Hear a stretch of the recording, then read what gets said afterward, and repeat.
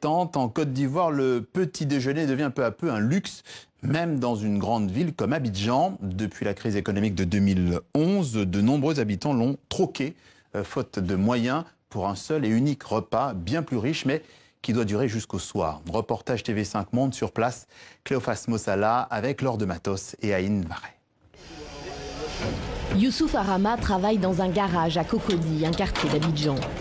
Les journées sont harassantes pour ce jeune mécanicien qui peine de plus à trouver des clients. Avant, je circulais beaucoup. On avait d'argent, tu prends un café.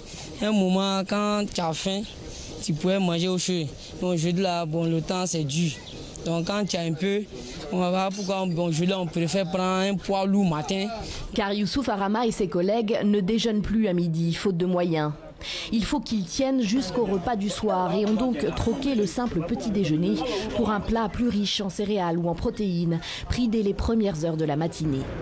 La crise économique de 2011 a laissé des traces jusque dans les habitudes alimentaires des Abidjanais. Alors les restaurateurs de rue se sont adaptés. Si le riz est cher, nous on ne gagne pas beaucoup de bénéfices pour gagner nos clients. Si ces chers sont assez petits, là, les clients n'aiment pas ça. Ils disent, maintenant ton riz là est cher, ton riz là tu sais ça peut-être, donc le riz là est cher. On va faire comment pour gagner bénéfice?